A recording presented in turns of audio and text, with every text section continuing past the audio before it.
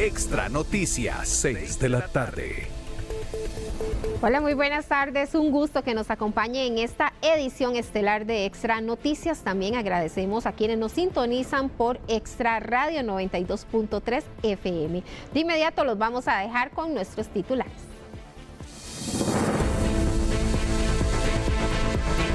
Entonces yo abrí la puerta y no la abrí del todo porque yo sé que en cualquier momento puede pasar algo así, que alguien se lleve la puerta.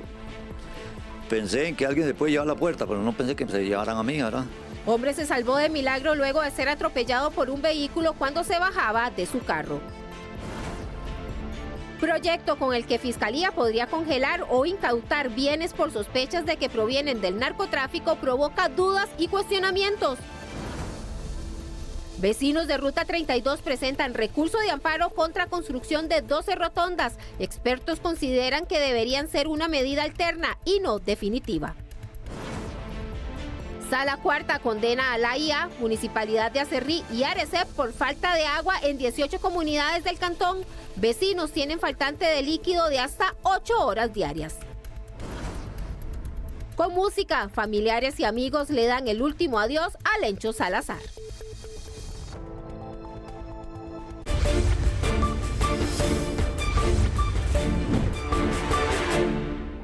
Iniciamos con la información y nos vamos con nuestros periodistas que están en vivo en esta edición. Vamos a tener información con Paul Ulloa, quien se encuentra en Limón, dándole seguimiento a todas las actividades del gobierno. También vamos a tener el detalle con nuestro compañero Jeffrey Naranjo, porque una madre está denunciando que su hijo recibió un disparo de un oficial de la GAO. Mientras tanto, Kenneth Rojas nos trae el detalle porque un proyecto de ley que busca incautar o decomisar los recursos que podrían prevenir del narcotráfico generan muchas dudas. ¿A qué se debe esto? Kenneth, adelante con toda esta información.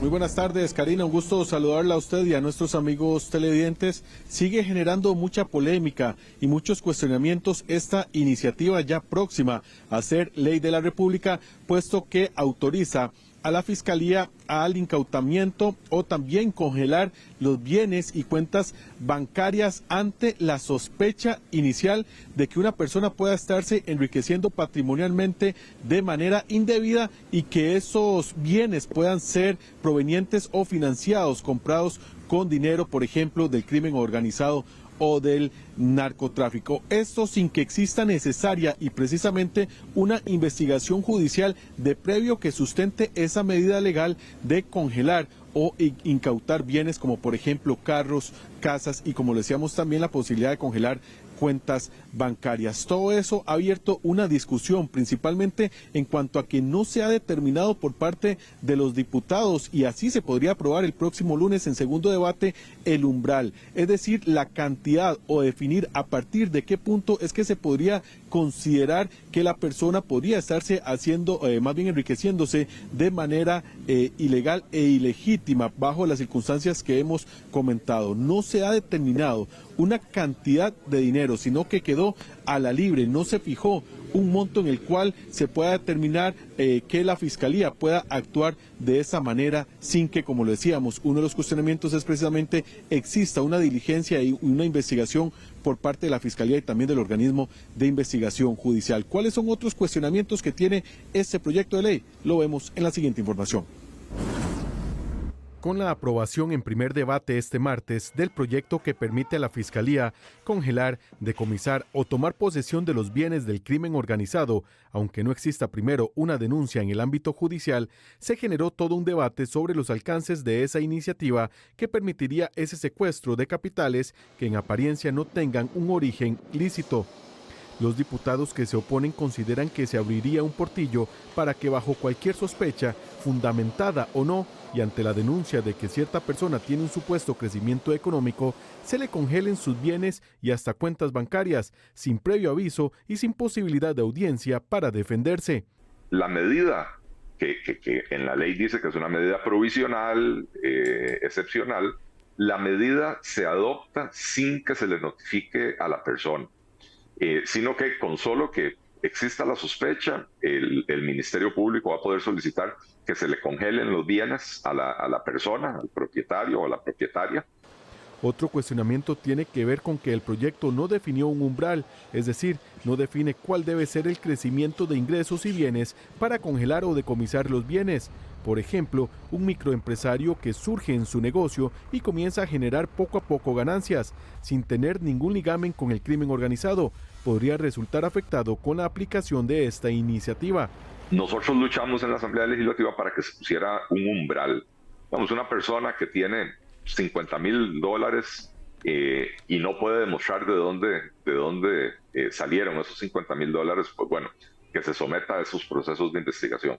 Pero como no se le puso un límite, cualquier cosa juega. Y entonces, como decía, puede ser por una pantalla plana, una persona podría, y adquirida con un esfuerzo de 5 años o de 10 años, una persona podría terminar siendo denunciada. Y eso nos parece que es muy peligroso. Los legisladores que apoyan la propuesta tienen otros argumentos.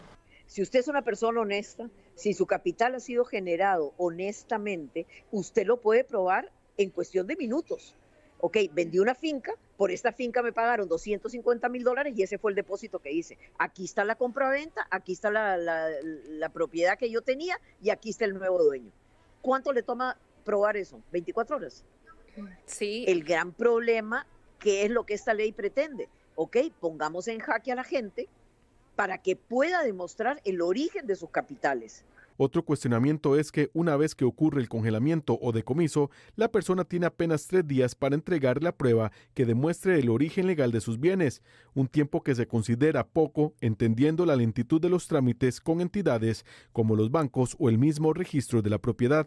Sacan esto del ámbito penal, no hace falta demostrar en el ámbito penal que usted efectivamente estaba participando en esas actividades, lo llevan a lo contencioso administrativo y sin sentencia en lo penal, le congelan sus bienes y se los pueden confiscar, se los pueden quitar. Y solo le dan 3 días, tiene 3 días de audiencia para demostrar su inocencia. Yo creo que si esto se aprueba, lo que va a terminar pasando es que se va a inundar la sala cuarta de personas diciendo no me dieron derecho a la legítima defensa. De acuerdo a la agenda legislativa, el lunes de la próxima semana se podría dar la aprobación en segundo debate para convertir este proyecto ya en ley de la República. Sobre esta iniciativa de ley conversamos también con expertos constitucionalistas, también con la diputada del Frente Amplio que forma parte de la Comisión de Seguridad y Narcotráfico, que fue la comisión legislativa que dictaminó este proyecto, para conocer por qué fue que no se especificó lo que se ha llamado el umbral, es decir, ese monto mínimo establecido para que la Fiscalía pueda solicitar el incautamiento o también congelar los bienes bajo la sospecha de que pueda haber, por ejemplo, lavado de dinero. Una de las cuestiones aquí podría ser incluso la eventual implicación de que las personas a las cuales se le aplique esta medida y que en esos 3 días que ofrece este proyecto de ley pueda determinar y demostrar la legalidad y también legitimidad de sus bienes y cómo los financió, que eventualmente por el daño que pueda tener a su imagen y también el impacto económico que eso pueda representar, por ejemplo, para una persona en el mundo de los negocios, puedan tentativa y eventualmente incluso hacer una demanda, presentar un reclamo ante el Estado con el eventual costo millonario que eso pueda representar. Veamos la siguiente información. Que no se definiera a partir de qué punto de aumento de ingresos se puede aplicar a una persona la inminente ley para que la Fiscalía pueda secuestrar bienes ante sospechas de que sean producto del crimen organizado es uno de los puntos más polémicos del proyecto de capitales emergentes. Quienes impulsaron la iniciativa sin establecer el umbral para determinar el margen de acción del Ministerio Público argumentan su posición. Sabemos que el narcotráfico y el crimen organizado se adaptan de una manera muy hábil y muy rápida a las distintas condiciones y legislación que tiene nuestro país para así evadir la ley. Y es por esto que los distintos fiscales y el ICD nos han solicitado en las distintas mesas que hemos sostenido garantizar que esta ley no cuente con un umbral para así poder investigar todo aquel caso que sea sospechoso. Otro cuestionamiento es que con la posibilidad de aplicar el decomiso o congelamiento y no como parte de una investigación penal sustentada, podría implicar un golpe a la credibilidad e imagen de la persona, en el caso de que luego demuestre cómo los adquirió. Allanamientos sumados a esa confiscación de bienes, una lesión obvia a la reputación, a la imagen de las personas, y esto tiene dos consecuencias. La primera de ellas es que pues al haber un daño o una lesión a la imagen de la persona, va a haber un daño económico. Para la opinión del experto consultado, ese escenario significaría que las personas afectadas opten por cobrar los daños al Estado. El riesgo que existe de que aquella persona que finalmente, por ejemplo, salga absuelta y que le han confiscado sus bienes y que le han montado todos los allanamientos, etcétera, contraataque al Estado con un juicio de resarcimiento por los daños a su imagen, y esto podría ser muy caro al Estado. De aprobarse en segundo debate y convertirse en ley, la Fiscalía podría pedir al Juzgado Contencioso Administrativo y Civil de Hacienda aplicar la medida cautelar anticipada y temporal con el fin de asegurar, conservar o verificar bienes y productos financieros de interés.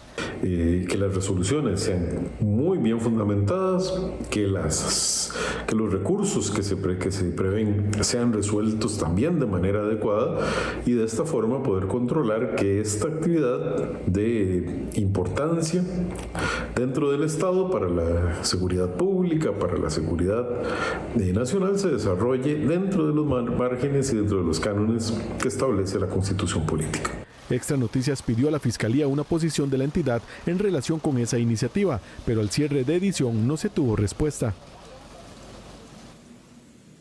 Bajo ese escenario, si por ejemplo el próximo lunes la agenda del plenario legislativo no sufre ninguna modificación, es muy probable y muy posible que los diputados entren en la discusión y en el voto de segundo debate de esta iniciativa para así prácticamente hacerla ley de la República. Por supuesto que habrá que esperar a ese día para determinar y saber si se le da ese segundo debate.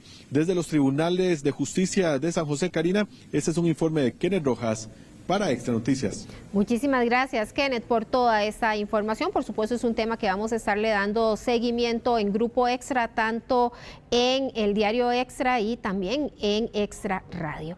Vamos a pasar a otras informaciones. Y un hombre se salvó de milagro luego de ser atropellado mientras se bajaba de su vehículo. Nuestra compañera Sheila Paniagua nos trae el testimonio de este hombre. Adelante, Sheila, muy buenas tardes.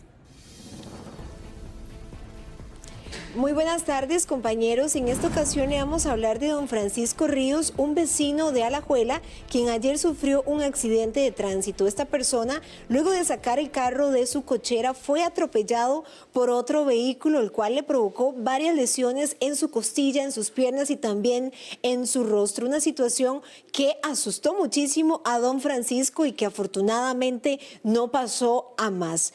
Esta acción quedó grabada en un video de una cámara de seguridad. En la siguiente información le vamos a ampliar más porque pudimos conversar con don Francisco. Veamos.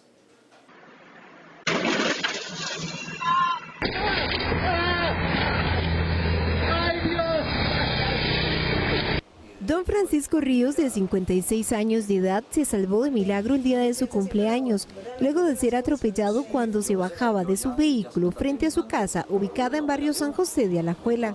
Todas las personas me dicen exactamente lo mismo, que me salvé de milagro, y sí, claro que sí, yo creo en los milagros y sé que Dios es de milagros. Entonces sí, fue un milagro lo que me pasó. Según don Francisco, él venía de sacar el carro de la cochera de su mamá. Cuando se estacionó, se fijó que no vinieran carros porque sabía que algo así podía pasar. Pensé en que alguien se puede llevar la puerta, pero no pensé que se llevaran a mí, ¿verdad? Y entonces, en lo que yo me bajé y iba a cerrar la puerta, el carro me arrinconó contra el mío.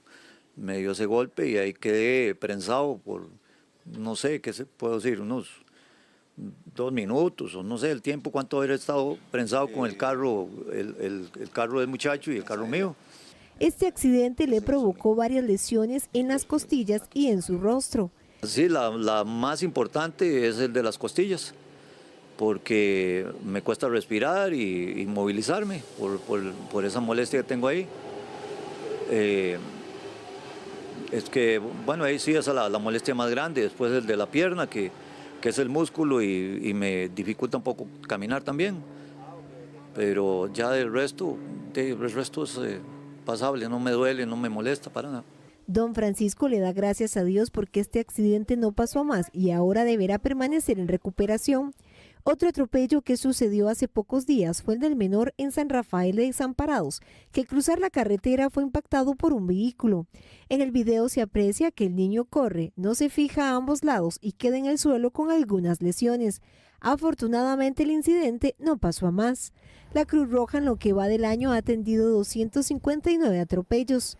En lo que va del año, la Cruz Roja costarricense ha atendido un total de 43 situaciones en las cuales se abordan pacientes sin signos vitales producto de atropellos.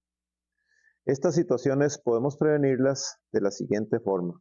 Número 1, procurar cruzar en las esquinas, andar ropa visible, sobre todo en las noches o cuando llueve, evitar cruzar en carreteras de alto flujo vehicular y en las cuales se circula a mucha velocidad. También enseñar a los niños desde pequeños a cruzar en las áreas autorizadas para evitar accidentes en carreteras. El cruzrojista destacó que estas recomendaciones las dan con el fin de disminuir estos incidentes que van aumentando año con año.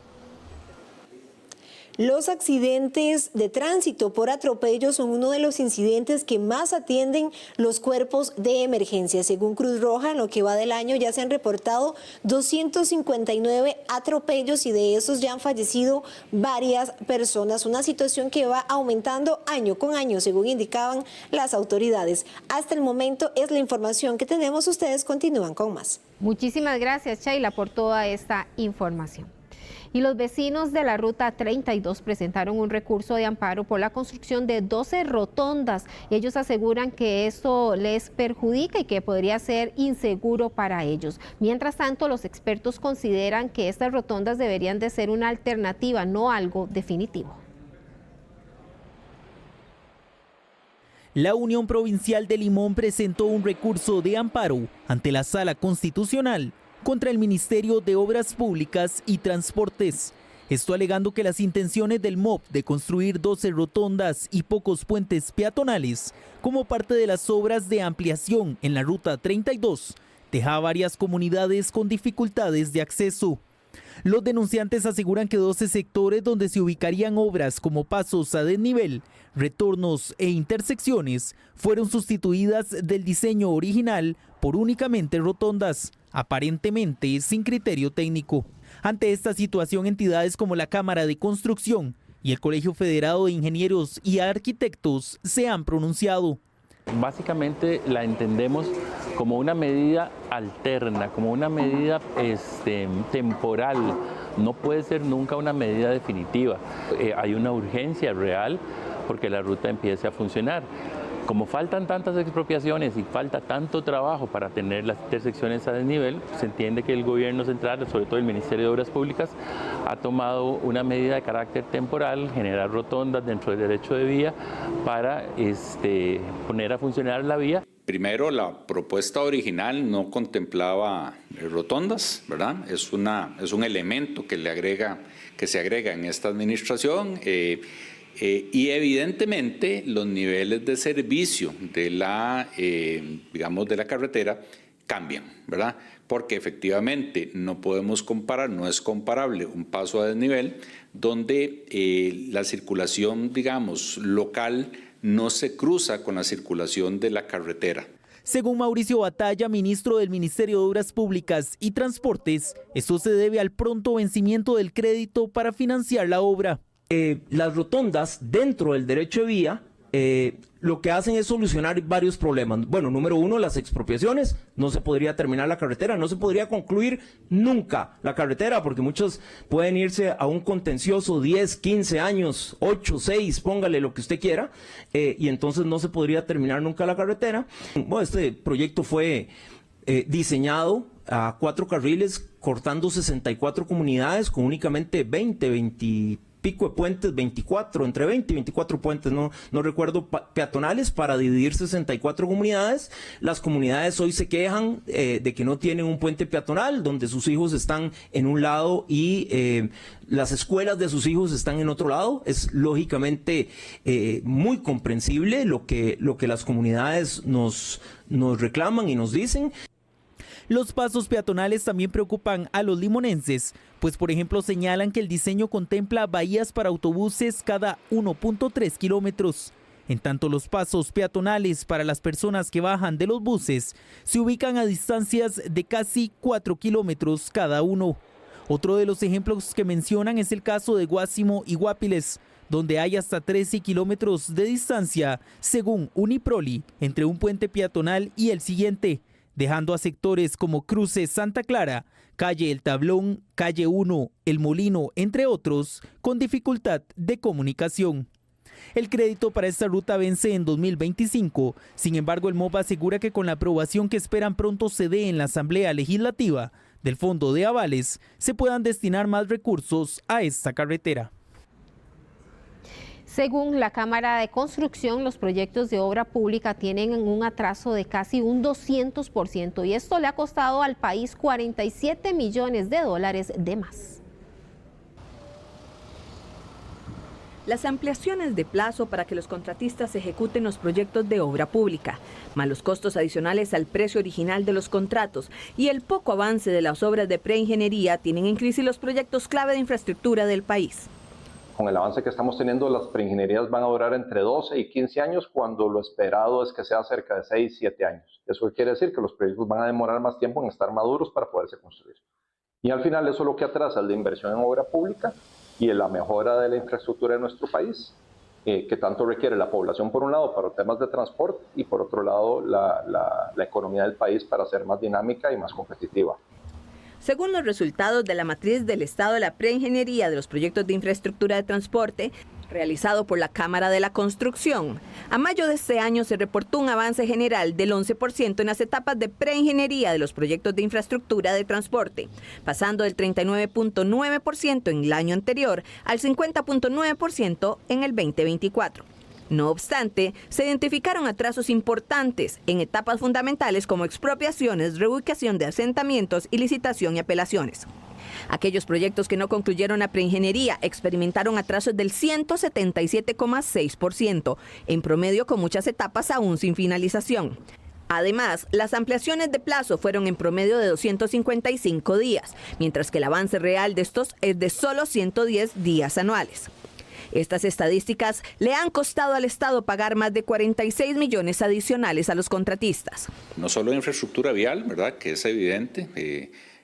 Actualmente las autoridades están haciendo un esfuerzo, pero ciertamente llevamos un rezago importante.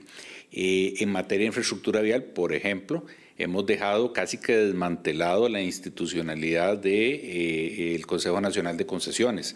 Las alternativas de alianza público-privada son lo que nos puede permitir, digamos, llevar a un nivel más acelerado para tener la infraestructura que el país necesita para ser competitivo, y no lo estamos utilizando, ¿verdad? Para obras con preingeniería concluida antes de dar orden de inicio, el atraso más significativo fue de 150 días en ampliación y rehabilitación del primer puente del Saprissa, el paso a desnivel a la Rotonda de la Bandera, el de menos con 16 días.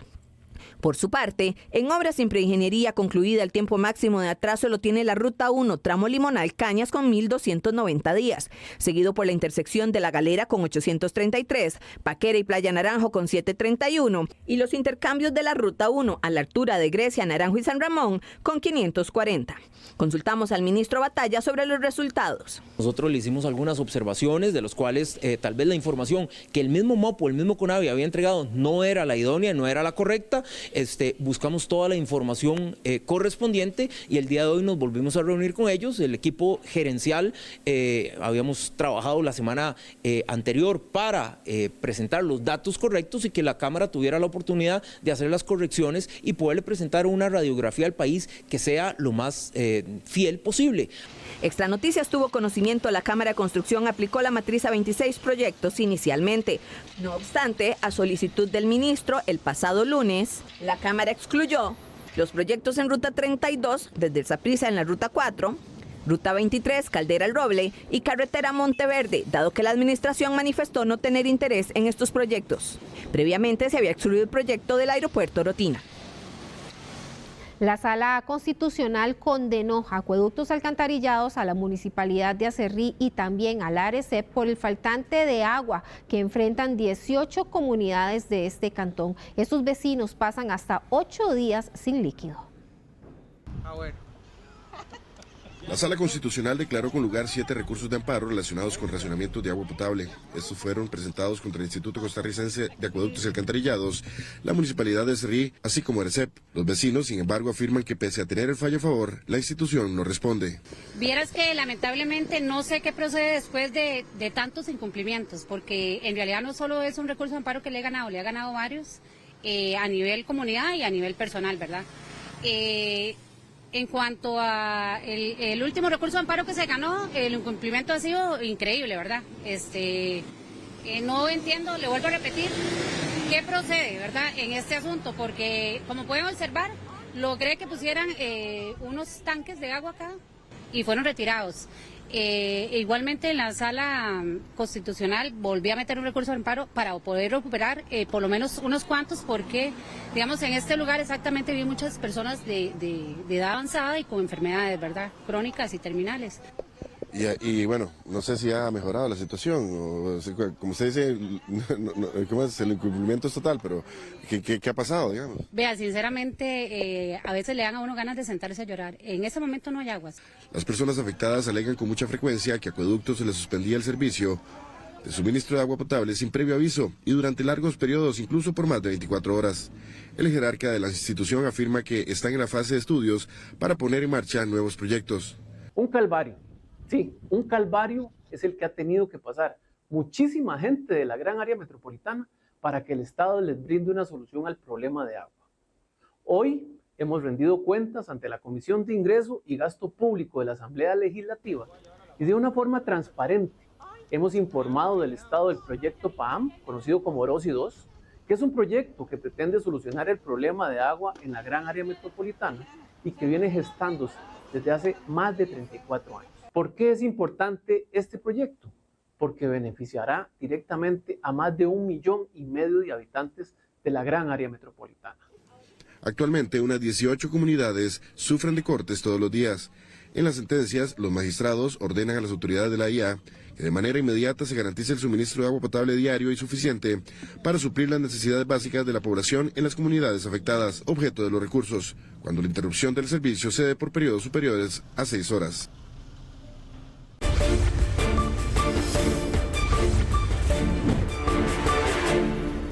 Un diputado argentino fue detenido en su país por pornografía infantil. Sin embargo, los medios de ese país aseguran que mucho de ese material provenía de Costa Rica. Para ampliar detalles de esta información, la tiene nuestro compañero Alberto Cuadra. Adelante, Alberto.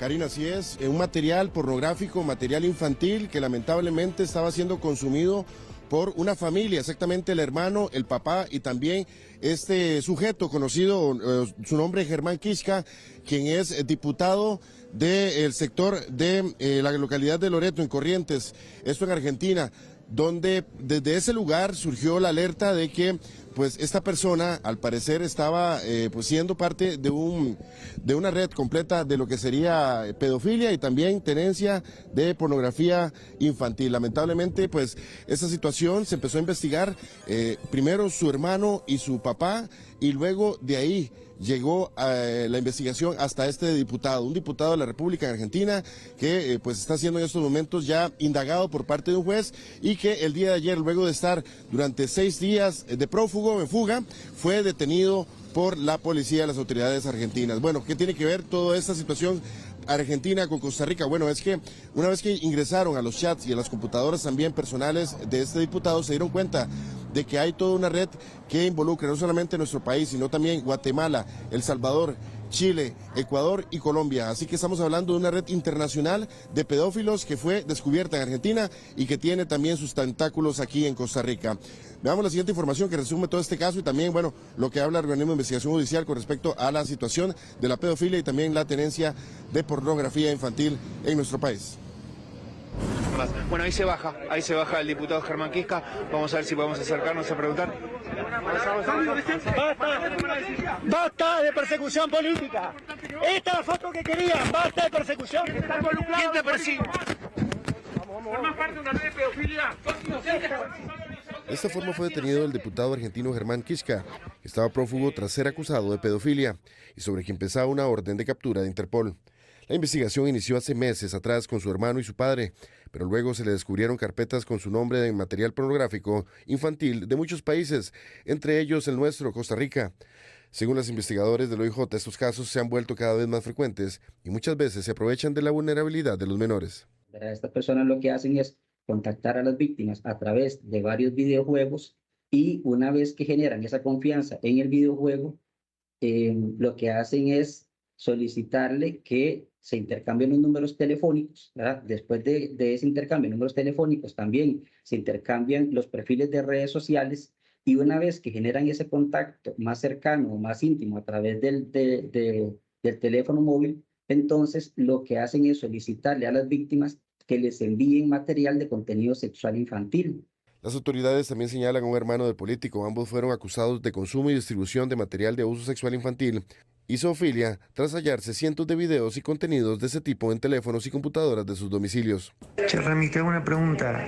Yo me podría ir una escapada mañana para allá y me preparaba una pieza, pero en el hotel el más económico, el que está allá en el centro. Me voy solo y me quedaría unos pares de días.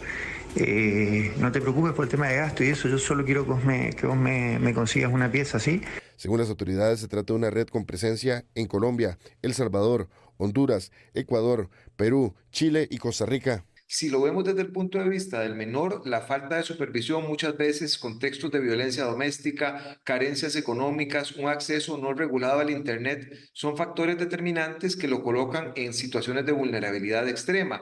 Pero para el adulto corruptor hay motivaciones como por ejemplo la obtención de ganancias económicas, la gratificación sexual, la búsqueda de poder sobre los menores como factores claves que van a promover este tipo de prácticas.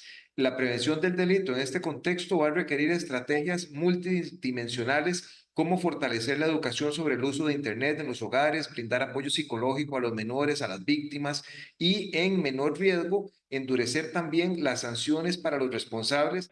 En lo que va del año, han recibido 61 denuncias por corrupción de menores y 69 por posesión de pornografía infantil. Actualmente, el organismo de investigación judicial ha realizado cerca de 14 allanamientos e investigaciones de redes de pornografía infantil este año nada más. Y es que nada más para finalizar, Quisca tenía el pedido internacional, dado que se especulaba que podría encontrarse en España, Paraguay o Brasil. Más allá de la captura, los efectivos policiales continúan haciendo lo que sería el operativo para buscar a su hermano, que todavía está en fuga, y el legislador fue hallado en un complejo de cabañas de la localidad de Correntina, a 200 kilómetros de Apóstoles, una localidad de Argentina donde pues esta persona estaba escondida, luego de que se le buscara y también se le investigara por este tipo de delitos. Vamos a continuar, por supuesto, llevándoles a todos ustedes el hilo de esta información y sobre todo, posiblemente, pues algunas de las repercusiones que pueda tener en nuestro país con la investigación del organismo de investigación judicial, que el día de hoy también pues consultamos, nos dio pues esta pequeña entrevista nada más porque dicen que están en investigación y que pues en estos momentos no pueden dar detalles porque al parecer pues podría venirse una serie de allanamientos y también investigaciones con personas involucradas en este chat y en esta red de pornografía infantil de toda Latinoamérica. Desde San José, este ha sido un informe de Alberto Cuadra para Exa Noticias. Karina Garay, usted tiene más. Muchísimas gracias, Alberto, por toda esta información. Y con música, los familiares y amigos le dieron el último adiós a Lencho Salazar esta tarde en Naranjo.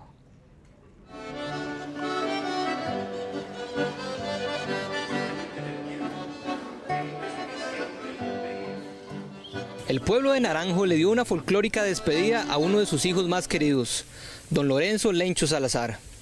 Vecinos, familiares, amigos y folcloristas llenaron la iglesia de Naranjo de un ambiente plagado de respeto y cariño hacia una institución cultural nacional, el cual fue despedido al son de su gran amor, la música.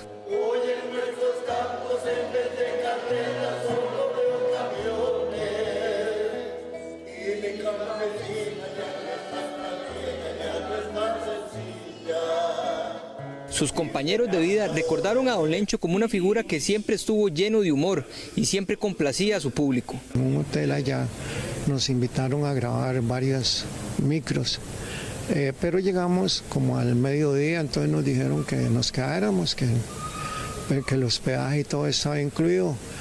Y en el restaurante había un piano de cola muy bonito. Entonces, en la noche en la cena, los señores le dijeron a Lencho, ¿vos tocas piano? Él dijo que sí. Entonces le abrieron el piano y se puso a tocar. Y era ya tarde de la noche y él estaba cansado. Y todo el mundo, no, usted no se vaya aquí hasta más tarde, siga tocando, muy bonito y cosas así. La música acompañó en todo momento el sepelio, el cual en lugar de mostrar un ambiente de tristeza, mostró un ambiente de agradecimiento. Con honor siempre les digo, donde nací. Y es que figuras del folclore nacional recuerdan a don Lencho con cariño sus vivencias. Lencho es historia y así es que hoy lo estamos despidiendo con gran dolor y Lencho Salazar nunca está sobrado decir viva Lencho Salazar y su folclore nacional. Don Lorenzo Lencho Salazar nació en San Roque de Naranjo el 4 de diciembre de 1931 y falleció este 28 de agosto a sus 92 años, quien el último año estuvo en cama por complicaciones de salud. Lencho Salazar es uno de los últimos grandes folcloristas nacionales, al cual hoy todo un país le agradece su legado.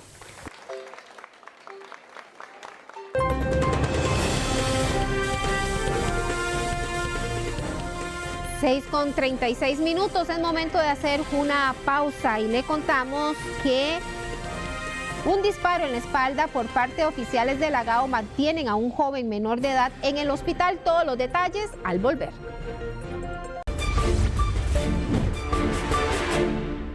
Gracias por continuar informándose con Extra Noticias. Y de un disparo en la espalda por parte de oficiales de la GAO, mantienen a un joven en este momento internado en el Hospital Calderón Guardia. Para ampliar detalles de qué fue lo que ocurrió, vamos a hacer contacto con nuestro compañero Jeffrey Naranjo. Adelante, Jeffrey.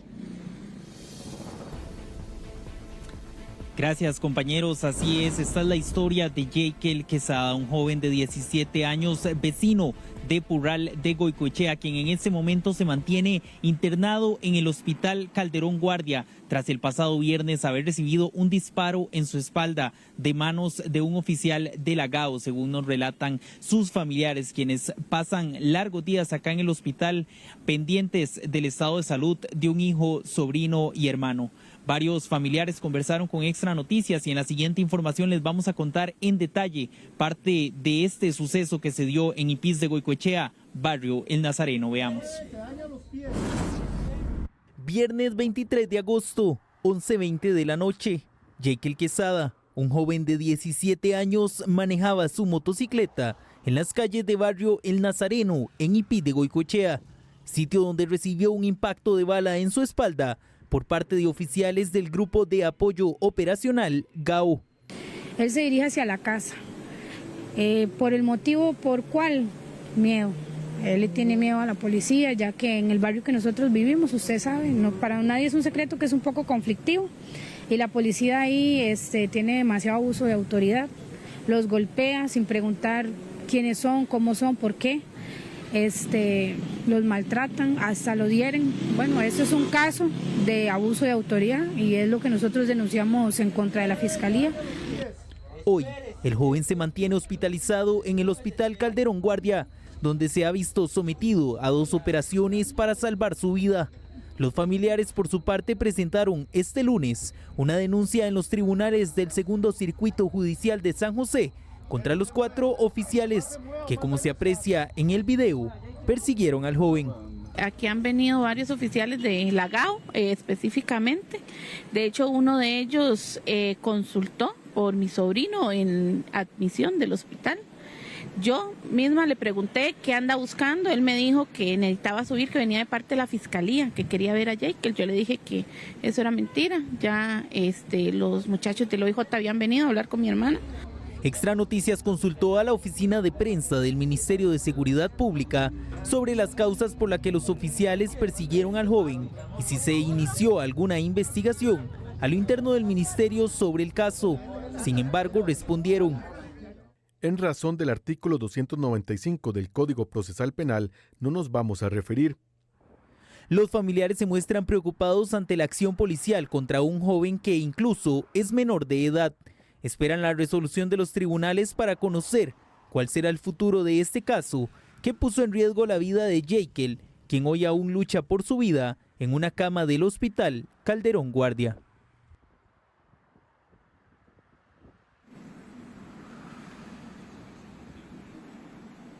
Bueno, como vemos, uno de los aspectos que aún falta por esclarecer sobre esta situación son los motivos que llevaron a estos oficiales a actuar de esa manera. Extra Noticias se contactó con el Ministerio de Seguridad Pública, sin embargo, alegaron que posterior a la denuncia judicial presentada por los familiares sobre este caso, no se van a referir al mismo en tanto el tribunal dicte algún tipo de sentencia e informe sobre lo que aconteció realmente en esta situación. Como vemos, es aún un proceso judicializado, en tanto Jekyll Quesada, quien fue el joven afectado por este impacto de bala, aún se mantiene en el hospital Calderón Guardia a espera de que le den la salida y a espera de una mejoría posterior a haber enfrentado 2 operaciones para intentar salvar su vida. Sus familiares, como vimos, relataron parte de los hechos y de cómo viven estos momentos a espera de que este menor de edad se recupere posterior a este trágico suceso que, como les mencionábamos, tuvo lugar el pasado viernes 23 de agosto en Ipis de Goicoechea. Esto es parte del reporte que les tenemos sobre este caso desde el hospital Calderón Guardia. Ustedes continúan, compañeros, con más noticias. Muchísimas gracias, Jeffrey, por toda esta información. Y a las 6:44 vamos a ver qué nos traen dentro de poco nuestros compañeros de deportes en tiempo extra. Pedro Retana nos trae más detalles. Adelante, Pedro.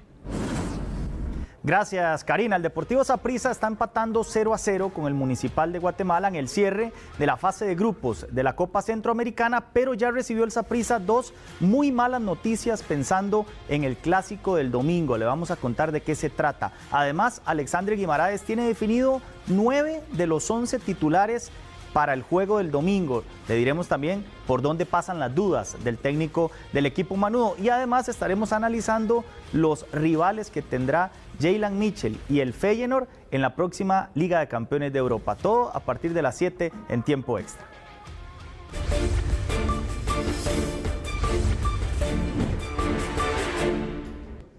Y el gobierno sostuvo un encuentro con los alcaldes de Limón. Bueno, para ampliar detalles de estos temas vamos a ir hasta esta provincia. Ahí se encuentra Paul Ulloa y nos trae todos los detalles. Adelante, Paul.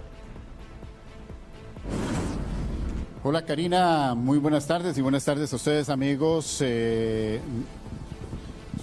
nos están sintonizando por Extra TV 42 y también por Extra Radio 92.3 FM. Hoy el gobierno prácticamente se trasladó hasta la parte de Limón.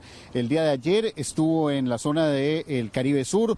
Hoy ya estuvo en el centro de Limón y tuvo una reunión el presidente de la República y varios de sus ministros, así como presidentes ejecutivos, con los 6 alcaldes de la provincia limonense. ¿Para qué? Bueno, varios puntos, además de la rendición de cuentas y una revisión a los proyectos que se estarán dando en los próximos 2 años, según lo que ha dicho el presidente de la República, donde se priorizarán 2 cosas principalmente. La primera, la Ruta 32.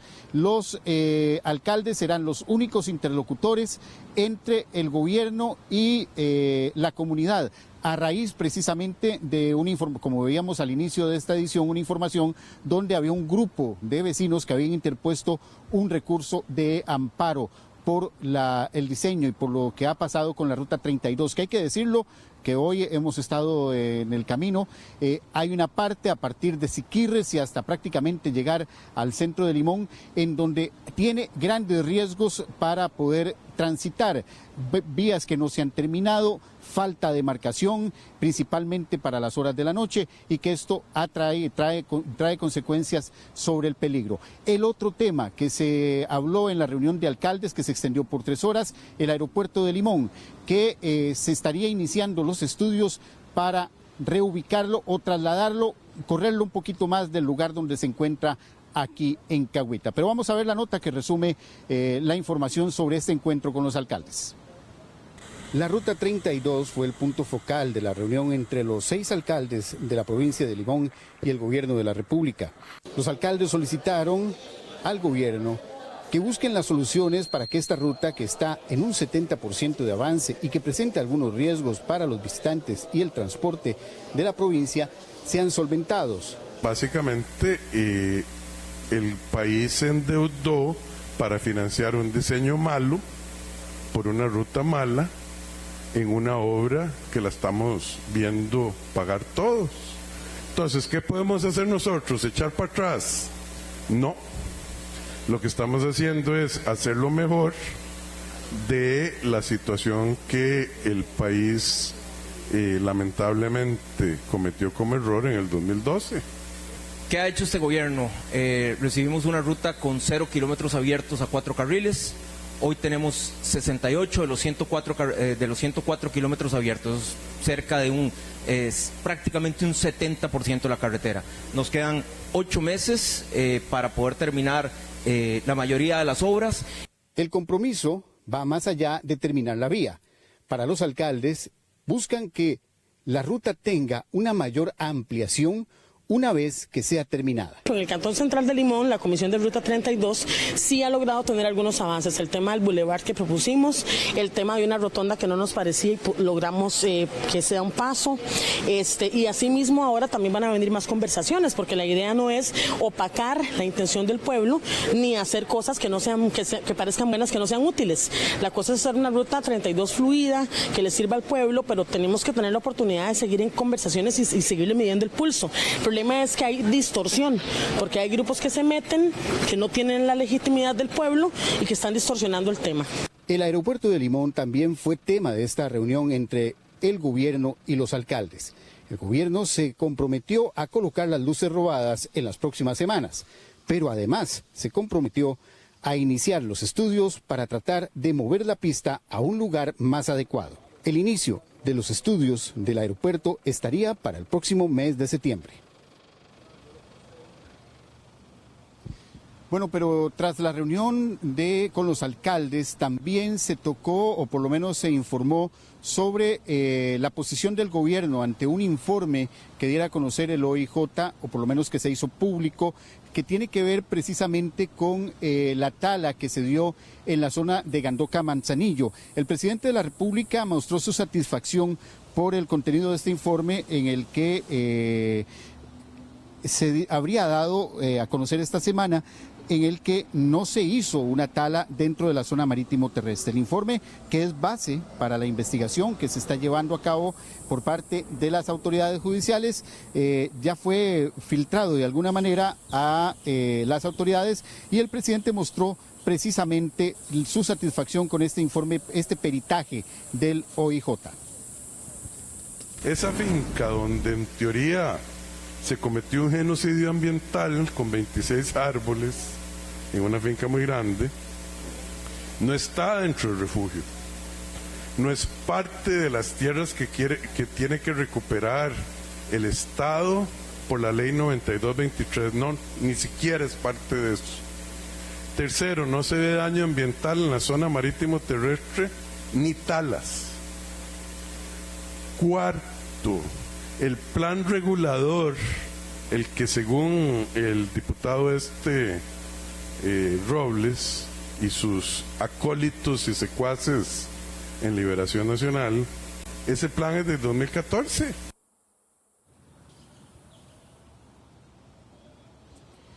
Bueno, pero también el gobierno anunció que a partir del otro año el Ministerio de Cultura organizará el Festival Nacional de las Artes. Recordemos que el Festival Nacional de las Artes prácticamente se había suspendido tras la pandemia, y ahora el gobierno anuncia nuevamente su organización a partir del próximo año aquí en los 6 cantones de la provincia de Limón. el ministro de Cultura, Jorge Rodríguez Vives, explicó que en el presupuesto del 2025 ya estaría contemplado los recursos para este Festival Nacional de las Artes, que se realizaría posiblemente entre julio y agosto del próximo año, donde ya volvería el arte por lo menos a los 6 cantones de esta zona del Caribe, con un Festival Nacional de las Artes que se uniría también a los Juegos Nacionales que también se realizarán en la zona del Caribe el próximo año. Bueno, el asocio Deporte, Cultura y Juventud es un asocio que nosotros vamos a seguir fomentando. Con el ministro Roiner Mora en Deporte tenemos una muy buena comunicación. Y sí, el festival sería hacia julio o agosto para estas fechas del año entrante. Los Juegos Deportivos Nacionales serán hacia diciembre del año entrante, por lo cual es un proceso de intervención de justamente celebrar una de las provincias donde hay más diversidad, donde hay más riqueza y donde más nos necesita la gente. La gente necesita encontrar espacios de recreación, de esparcimiento, de disfrute de su identidad y de su cultura, y por tanto vamos a hacer ambas actividades acá. O en los temas de carreteras y puentes. Bueno, y también en el último, una de las últimas actividades de esta tarde, el gobierno anunció la inversión de 1.600 millones de colones para el Hospital Tony Facio en Limón, principalmente para el edificio actual, que tendría un mejor sistema contra incendios, así como varias mejoras en varios salones, entre ellos el aire acondicionado en varios de estos salones. Pero además el gobierno anunció que la inversión que ya está en este momento en el SICOP,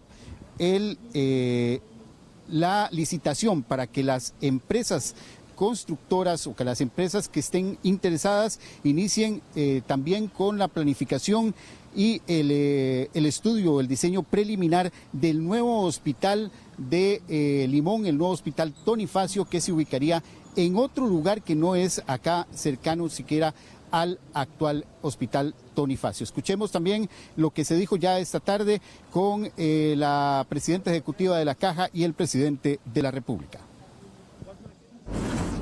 Que vamos a hacer todo nuestro mayor esfuerzo para acortar todos los tiempos que se requieran en tramitología, que es lo que nos desgasta, para que muy pronto tengan ustedes y nosotros, los que venimos a visitar este paraíso que ustedes tienen, un hospital de primer nivel. Eso se lo merece Limón, eso se lo merece Costa Rica, y ese esfuerzo vale la pena, y por eso estamos nosotros a cargo de esta institución. Ya en el sistema integrado de compras públicas, que es el sistema de licitación, hay un cartel, la descripción de qué es lo que va a construir, las especificaciones técnicas, la empresa que al fin del día gane eso.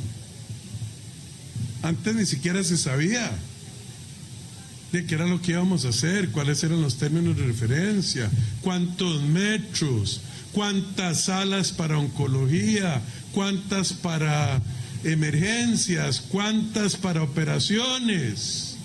Ya hoy eso se tiene.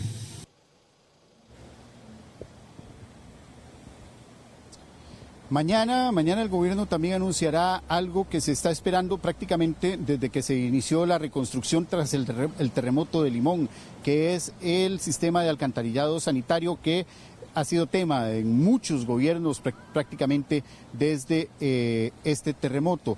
Y además, el Consejo de Gobierno sesionará el próximo sábado. Ya lo hizo aquí la Asamblea Legislativa el día de hoy en el recinto de la Universidad de Costa Rica.